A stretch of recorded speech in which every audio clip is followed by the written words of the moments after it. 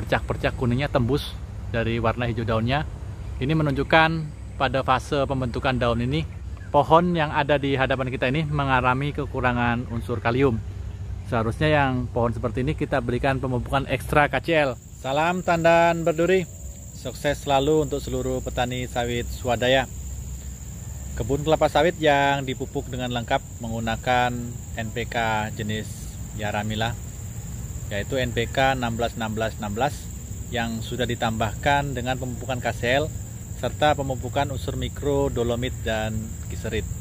Seperti ini kondisi pohonnya saat ini.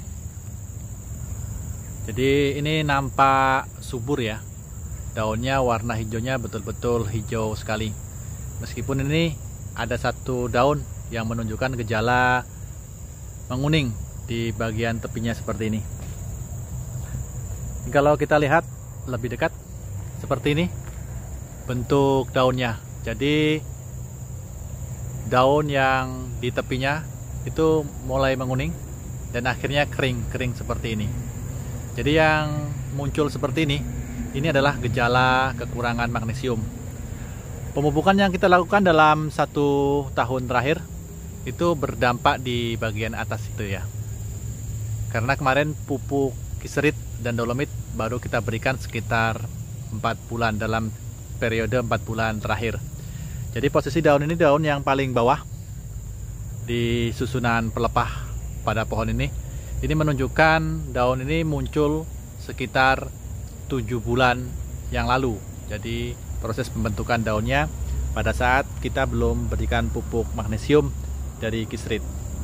Kondisi buahnya ini masih lumayan agak banyak dibandingkan dengan kebun-kebun yang tidak dirawat dengan baik.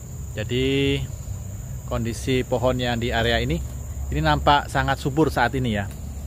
Ini hasil panen hari ini. Tadi dipanen dengan rotasi 19 hari ya dari panen terakhir kemarin. Ini bisa kita lihat bentuk buahnya, warna merahnya itu bagus ya. Warna merahnya betul-betul bagus sekali.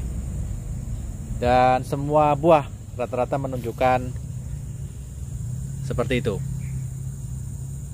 PPKS yang ambil memiliki karakter buah yang besar. Jadi pelepahnya berukuran besar dan warnanya hijau. Untuk penanaman yang di area ini seragam. Jadi pohonnya seragam dan dengan pemupukan yang kita lakukan memberi dampak kesuburan yang bisa kita lihat pada daun-daun yang ada di pohon yang ada di area ini.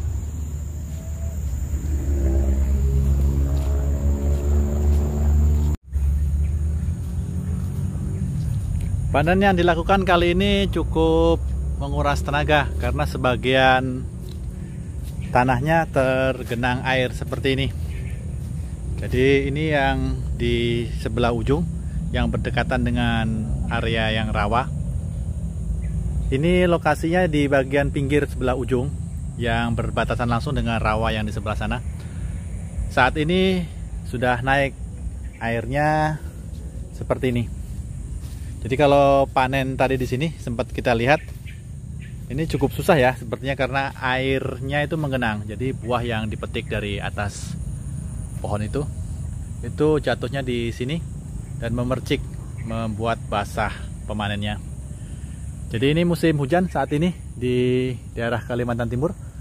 Sering kali turun hujan dengan intensitas yang tinggi.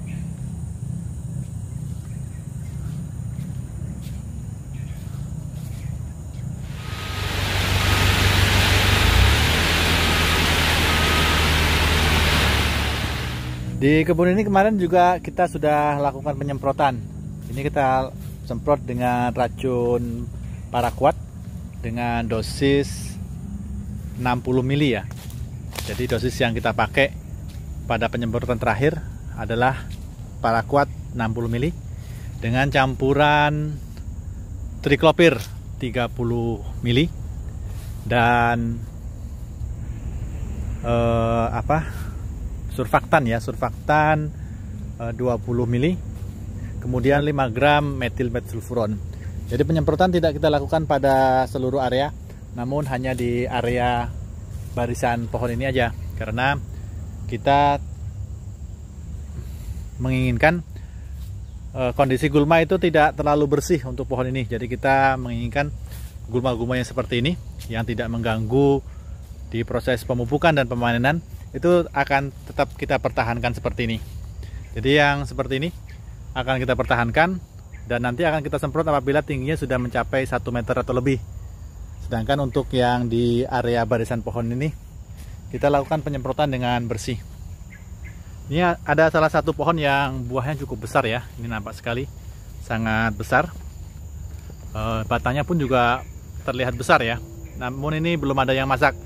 Nanti untuk rotasi panen yang berikutnya mungkin akan ada yang masak, dan mungkin dihasilkan tandan yang berukuran besar.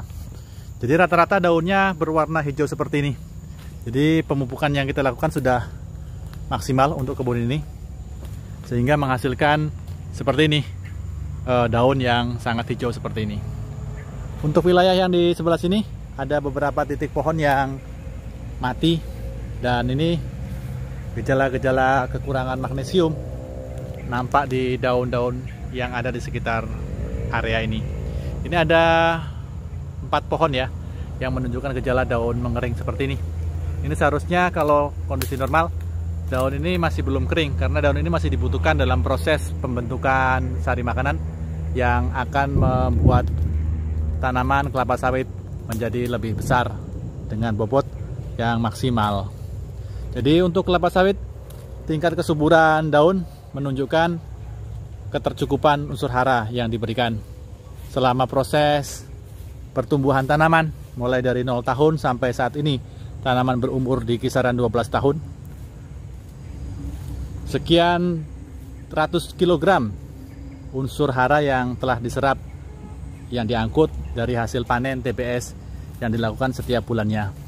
Jadi pemupukan yang kita berikan harus secara teratur diberikan untuk mengimbangi laju penyerapan atau pengangkutan unsur hara dari tanah yang ada di kebun ini. Ini juga ada satu pohon yang menunjukkan gejala kekurangan KCl. Jadi tanda-tanda kekurangan KCl itu seperti ini. Percak-percak kuningnya tembus dari warna hijau daunnya. Ini menunjukkan pada fase pembentukan daun ini, pohon yang ada di hadapan kita ini mengalami kekurangan unsur kalium. Seharusnya yang pohon seperti ini kita berikan pemupukan ekstra KCl. Kalau yang lain kita berikan 2 kg, untuk yang seperti ini kita double, jadi 3 atau 4 kg untuk satu pohon ini. Dari sekian ratus pohon yang ada di pohon ini, nampaknya cuma satu pohon ini aja yang menunjukkan gejala kekurangan kalium. Sedangkan untuk pohon-pohon yang lain yang di area ini semuanya hijau ya, nampak sangat hijau sekali. Jadi kekurangan unsur hara di dalam kebun ini sebenarnya kita sudah usahakan untuk dicukupi ya, dengan memberikan pemupukan secara rutin. Yang mana untuk tahun ini kita menggunakan NPK Yaramila, NPK 16-16-16 yang harganya di kisaran 500.000 per karungnya. Meskipun pupuk yang kita gunakan adalah pupuk yang mahal, tidak secara otomatis akan bisa meningkatkan produksi TBS. Karena produksi TBS itu memerlukan proses yang panjang. Jadi untuk panen kali ini nampaknya hasilnya berkurang dibandingkan dengan panen kemarin. Tadi sudah diangkut satu mobil Helen ya, yang sudah masuk penimbangan. Besar-besar untuk hasil panen di kebun ini. Ini tersisa ada berapa tandan ya? Ini sekitar kurang dari 50 tandan ya. Di sini 3, di situ ada 8, di sana ada sekitar 10, dan di situ ada 3, dan di sebelah sana ada sekitar berapa? 10 juga ya. Jadi di kebun ini beberapa bulan yang lalu sempat mengalami ini kekurangan unsur boron.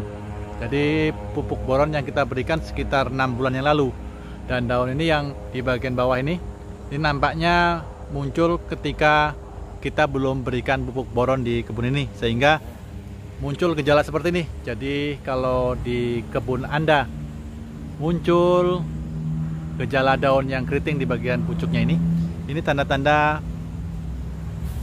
perlu dipupuk menggunakan unsur boron dari pupuk borat. Jadi panen kelapa sawit kali ini menurun untuk kebun seluas 2 hektar dengan populasi tanaman di kisaran 240-an pohon. Ini ditaksir tidak sampai 2 ton untuk panen kali ini. Karena tadi satu mobil sekitar 1 ton 200 yang sudah masuk penimbangan. Dan ini sepertinya nggak sampai 1 ton ya. Tapi nantilah kita lihat setelah ditimbang semuanya berapa hasil yang didapatkan. Jadi seperti ini kondisi kebun kita dari kebun petani sawit swadaya. Ini sudah terdengar guntur beberapa kali dan sebentar lagi nampaknya akan turun hujan. Intensitas hujan makin meningkat ya. Dan saat ini sudah masuk di Desember tahun 2020. Oke, salam tanam berduri, sukses selalu untuk seluruh petani sawit swadaya.